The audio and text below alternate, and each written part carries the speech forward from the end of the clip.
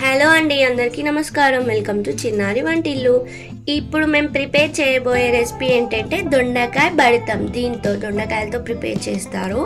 So వాటికి కావాల్సిన ingredients ఏంటంటే కొన్ని దొండకాయలు, ఆనియన్ ఇలా చిన్న చిన్నగా కట్ చేసి పెట్టుకోవాలి, టేస్ట్కి సరిపడా సాల్ట్, కారపొడి, పసుపు, ఆవాలు, జీలకర్ర, కొత్తిమీరాకు అండ్ కరివేపాకు. సో దీని ప్రాసెస్ ఏంటో చూద్దాము.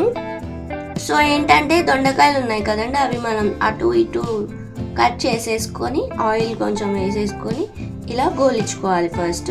ఇప్పుడు నెక్స్ట్ ప్రాసెస్ ఏంటో చూద్దాం. సో ఇప్పుడు స్టవ్ ఆన్ చేసేసుకొని గిన్నె పెట్టేసుకున్నాము, ఆయిల్ వేసేసుకోవాలి. సో ఆయిల్ కొంచెం వేడయ్యాక దాంట్లోకి మనం ఆవాలు, జీలకర్ర వేసుకోవాలి. దాంతోపాటు కరివేపాకు కూడా వేసేసుకోవాలి. అలాగే కొంచెం పసుపు కూడా వేసుకోవాలి. మిక్స్ చేసుకోవాలి. ఇది ఒక 1 minute ఉంచేసుకొని స్టవ్ ఆఫ్ చేసేసుకోవాలి.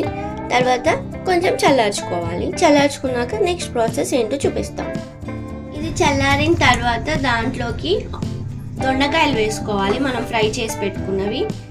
అలాగే చిన్నగా కట్ చేసి పెట్టుకున్న ఆనియన్ కూడా అందులోనే వేసేసుకోవాలి. తర్వాత కారపొడి వేసుకోవాలి.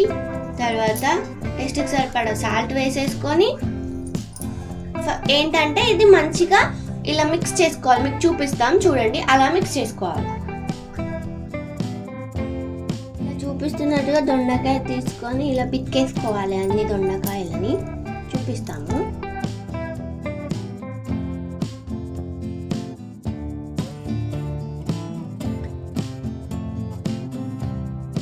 చూపించిన విధంగా మొత్తం ఇలా మిక్స్ చేసుకోవాలండి. దొండకాయలన్నీ ఇలా చిన్న చిన్న ఇలా పిక్కేసుకొని ఇలా చేసేసుకోవాలి.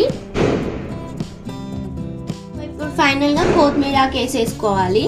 ఏంటంటే మనం లేత దొండకాయలు తీసుకోవాలండి. ఇంకా ఆనియన్స్ ఏంటంటే మనం పచ్చివే వేసుకున్నాం కదా, అవి పంట కింద అలా తగులుతుంటే బాగుంటుంది టేస్ట్. ఇది చాలా బాగుంటుంది, ట్రై చేయండి. నోరుకి రుచి వస్తుంది. హెల్త్ బాగాలేనప్పుడు ఎప్పుడైనా ఇంట్రెస్టింగ్గా తినాలనుకున్నప్పుడు ఇలాంటివి సింపుల్గా ట్రై చేయొచ్చు.